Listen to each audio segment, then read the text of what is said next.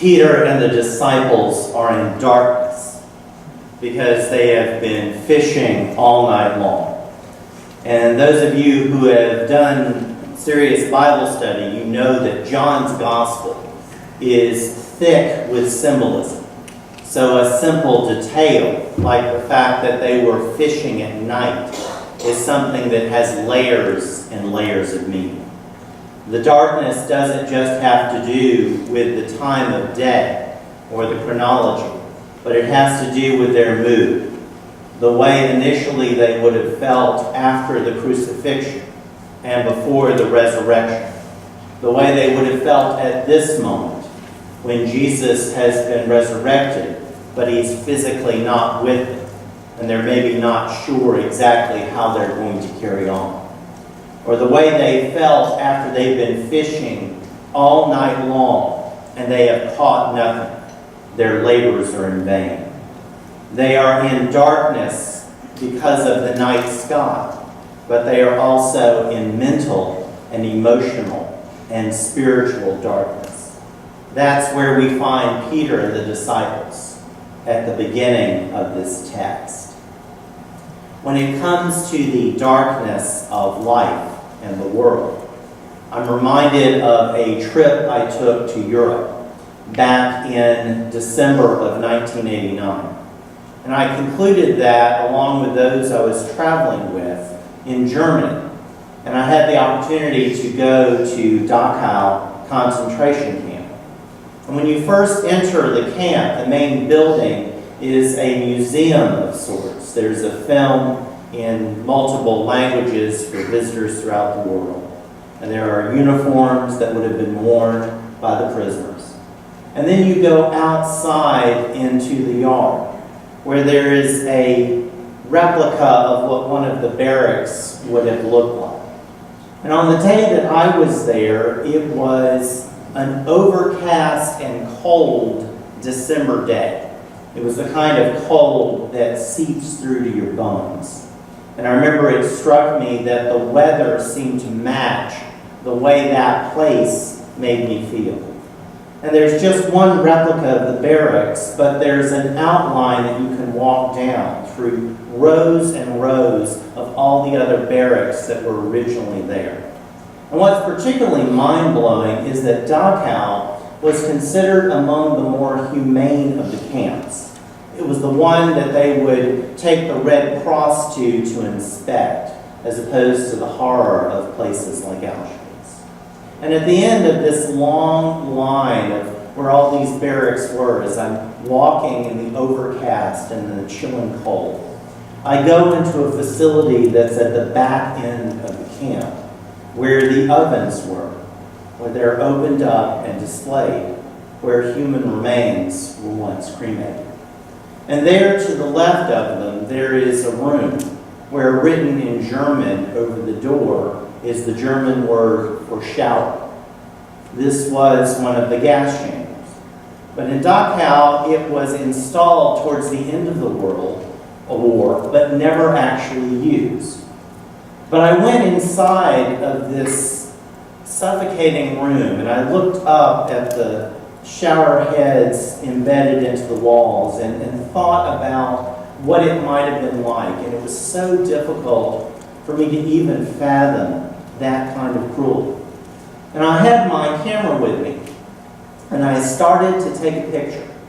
But something said to me, you will never be able to visually replicate how you're feeling right now.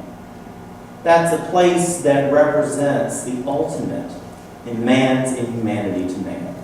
It represents our world in the midst of darkness. At the end of the night, we're told it was daybreak. But because this is John's Gospel, John isn't talking about the time on the clock, but he's talking about what happens. Peter and the disciples who have been laboring in vain in the darkness all night long are about to have light shine on them. And with light comes the presence of Christ, our risen Lord. Christ, whom at first they do not recognize, And he calls out to them in a very maternal voice and says to them, "Children, have you caught anything?" And they say no. I imagine a certain amount of fatigue and frustration in their voices when they say that. And Jesus then says to them, "Then throw your net out on the other side of the boat." And we're told that the fish were so large and so numerous that it was hard for them to get it into the boat. But miraculously, the net didn't break. Another peculiar detail that John gives us: there were 153 different fish. One theory as to what that means is that represents what at that time they thought represented all the species of fish in the entire world, representing the future of what will happen with the disciples. And when the disciple whom Jesus loved recognizes and says, "This is the Lord," Peter very quickly puts on his clothes, because he was working without them for some reason, and jumps into the water once he is dressed, and manages to swim first to the shore. And we're told that Jesus is there, and he has prepared breakfast for them. There on a charcoal fire, he has bread toasting and fish grilling, and he invites them to bring more of the fish that they have prepared. That little detail about the charcoal fire is something that we heard earlier in John's Gospel, on the night when Jesus was betrayed. In that case, the fire that lights up the night sky and warms those who stand around it is the one that Peter was standing by when on 3 occasions people recognize him and say, you were with him too. Your accent gives you away. You are a Galilean." And 3 times Peter denies even having known Jesus. And presumably he still feels eaten up by this. That represents part of the darkness that is within his own life. And Jesus is going to offer him forgiveness. But you and I know that when we have to forgive someone else, it tends to feel pretty awkward. And it's tempting for us to just say very quickly, "Oh, it's nothing, don't worry about it." But Jesus isn't going to let Peter off the hook that easily. And I suspect the reason he's not is because Peter wouldn't let himself off the hook that easily either. But just as he denied Jesus 3 times, Jesus is going to ask him 3 times, "Do you love me?" And every time the response comes back from Jesus after Peter says, "Yes, Lord, you know that I do. Feed my sheep, tend my lambs." The work that Jesus began will continue in the ministry of the disciples. Work that continues down to our time. In order to express our love for Christ, we do so by loving our neighbor. Peter is redeemed in the 3 times of professing his love to Jesus. And Jesus instructs him, "Feed my sheep." That doesn't mean that Peter is going to have a problem-free life. The words that Jesus reflects to him towards the end reflect the martyrdom that eventually Peter will experience. But Jesus says to him, "Just like in my death, I was able to glorify God, so in your death, you will be able to glorify God too." And after death, just as Jesus rose from the dead and ascended into God's greater glory, then Peter and you and I will be risen into God's greater glory too. That is our destination. On Sunday mornings when we worship and the acolyte comes down the aisle and brings in the light, representing the fact that Christ's light is here with us as we worship at this time. Remembering what John wrote in the first chapter of his gospel, John describes Jesus' birth not using the narrative stories the way Matthew and Luke do, but by using poetry and philosophy. In 1:5, he says, a light shines in the darkness, and the darkness has not overcome it. That is how John talks about the birth of Jesus, Jesus' entrance into history. And that is how Christ, our risen Lord, presents himself to Peter and the other disciples as the same hands with the nail prints in them have been gathering wood for charcoal, as fish are grilled and as bread is toasted.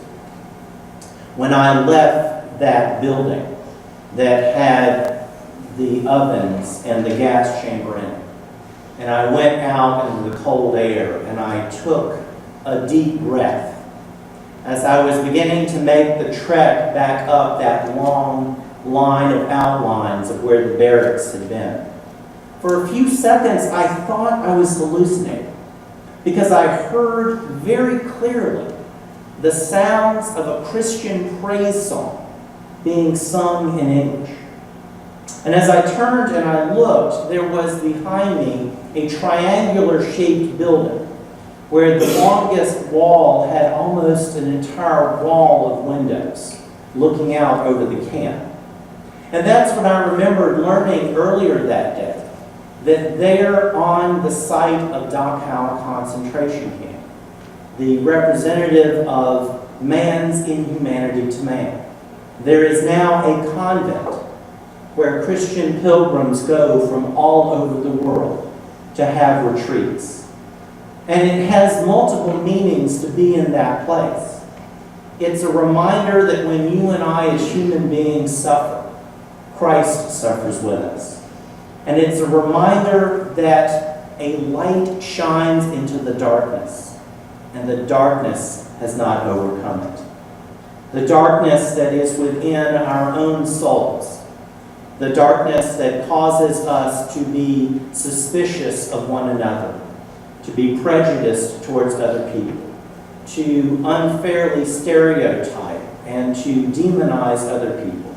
The kind of prejudice and sinfulness that, if not left in check, eventually leads to societal evils like war and the Holocaust. Those sins are the ones that are crucified with Jesus Christ. Those sins are the ones that are overcome when Christ rises up from the dead.